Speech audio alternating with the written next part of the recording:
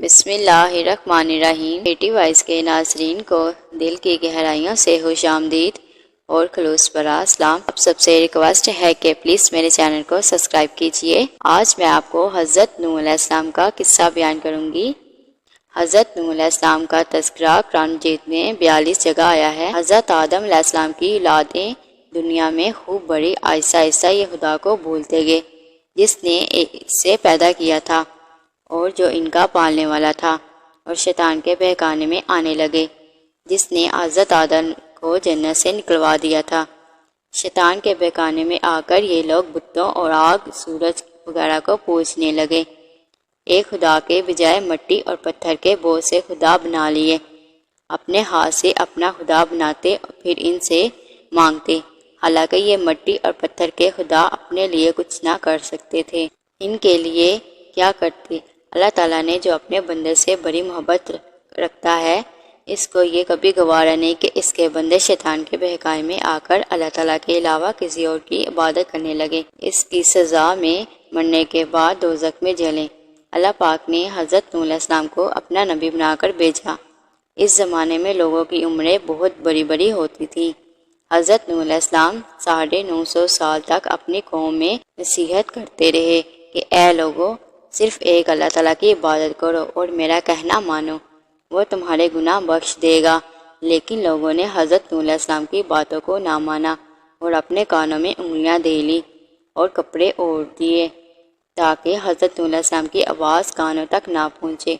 حضرت نوح علیہ السلام ہمت نہ ہارے، وہ برابر سمجھاتے رہے اور کہتے رہے، اے لوگو، اللہ تعالیٰ سے معافی مانگو، وہ بڑا معاف کرنے والا ہے۔ وہ تم پر آسمان سے بارش برسائے گا تاکہ تم خوب اناج پیدا کر سکو۔ اس کے ذریعے سے بڑے بڑے باغات پیدا کر دے گا، ان میں نہریں پیدا کر دے گا، تمہیں مال و دولت دے گا اور بیٹے دے گا۔ تمہیں کیا ہو گیا ہے؟ تم خدا کو نہیں مانتے، حالانکہ اس نے آسمان بنائے، چاند اور سورج بنائے۔ اس نے تم کو مٹی سے پیدا کیا اور پھر اسی مٹی میں ایک دن تم مل جاؤ گے اور پھر قیامت کے دن اسی مٹی سے دوبارہ زندہ کر دیے جاؤ گے۔ لیکن لوگوں نے اپنے بتوں کو نہیں چھوڑا۔ حضرت نوح علیہ السلام سے کہنے لگے کہ تم اپنے بتوں کو ہرگز نہ چھوڑو گے، ہم تم کو اپنے جیسا آدمی ہی دیکھتے ہیں۔ تمہارا کہنا صرف چند غریب لوگوں نے مانا اور ہم تم کو چھوٹا سمجھتے ہیں۔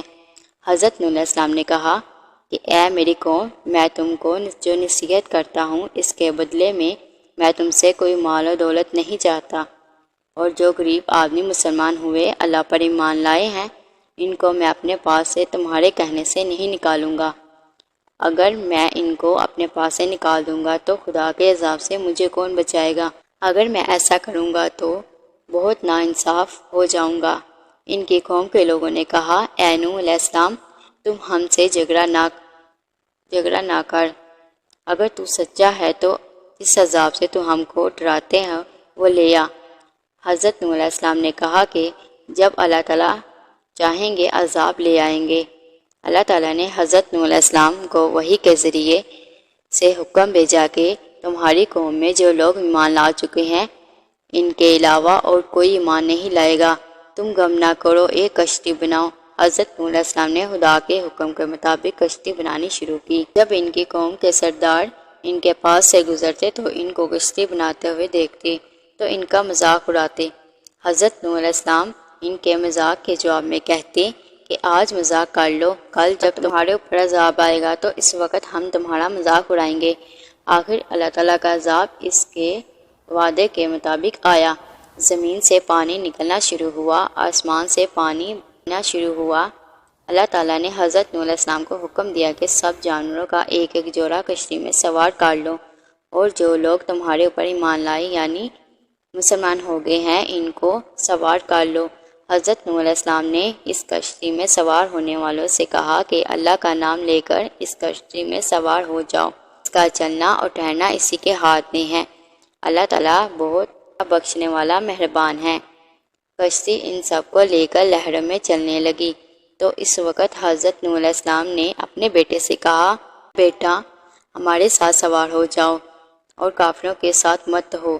اس نے کہا کہ کسی پہاڑ پر چڑھ جاؤں گا، وہ پانی سے بچا لے گا۔ حضرت نوح علیہ السلام نے کہا، آج خدا کے عذاب سے سوائے خدا کے کوئی نہیں بچا سکتا۔ اتنے میں دونوں کے درمیان ایک بڑی پانی کی لہر اٹھی، وہ ڈوب گیا۔ پھر اللہ تعالیٰ نے زمین کو حکم دیا کہ اپنا پانی نگل جا، اور آسمان کو بھی حکم دیا کہ پانی برسنا بند کر دے، یہاں تک کہ پانی خشک ہو گیا۔ تمام کافر دنیا میں ختم کر دیے گئے۔ حضرت نوح علیہ السلام کی کشتی کوہ جودی پر ٹھہری۔ حضرت نوح علیہ السلام نے اپنے پروردگار سے عرض کیا کہ اے میرے رب، میرا بیٹا بھی میرے گھر والوں میں سے ہے، آپ کا وعدہ سچا ہے۔ یعنی حضرت نوح علیہ السلام کا مطلب تھا کہ اے اللہ تعالیٰ، آپ نے وعدہ فرمایا تھا کہ تیرے گھر والوں کو اس طوفان سے بچا لوں گا، پھر میرا بیٹا کیوں ڈوبا؟ تو خداوند تعالیٰ نے فرمایا کہ اے نوح، بیٹا تیرے گھر والوں میں سے نہیں تھا، کیونکہ اس کے عمل اچھے نہیں تھے۔ میں تجھ کو نصیحت کرتا ہوں کہ ایسی باتیں نہ کر جو تیرے علم میں نہیں۔ حضرت نوح علیہ السلام نے اللہ تعالیٰ پاک سے توبہ کی اور اپنے کہنے کی معافی چاہی۔ اللہ تعالیٰ نے ان کو معاف کر دیا اور حکم دیا کہ اے نوح، ہماری طرف سے سلامتی اور برکتوں کے ساتھ اتر۔ اس کے بعد حضرت نوح علیہ السلام کی امت سے دنیا بسی اور آہستہ آہستہ ان کے بال بچے آباد ہوتے گئے۔ یہ سب لوگ اللہ تعالیٰ کی اطاعت کرتے رہے۔ زمانہ گزرتا گیا اور آہستہ آہستہ شیطان نے پھر بھگانا شروع کیا تو یہ لوگ خداوند تعالیٰ کو بھولنے لگے۔ حضرت نوح علیہ السلام جو اللہ تعالیٰ کے اتنے بڑے پیغمبر تھے، اپنے بیٹے کو اس کے برے کاموں کی وجہ سے اللہ تعالیٰ کے عذاب سے نہ بچا سکے۔ اسی طرح اگر ہمارے ماں باپ اللہ تعالیٰ کے کتنے ہی ولی کیوں نہ ہو، اگر ہمارے عمل اچھے نہ ہو تو وہ ہم کو اللہ تعالیٰ کے عذاب سے نہ بچا سکیں گے۔ ہم کو اپنے بزرگوں کے نیک عمل کا سہارا نہیں لینا چاہیے، بلکہ اللہ اور اس کے رسول صلی اللہ علیہ وسلم کے بتائے ہوئے کاموں پر عمل کر کے نیک بننا چاہیے۔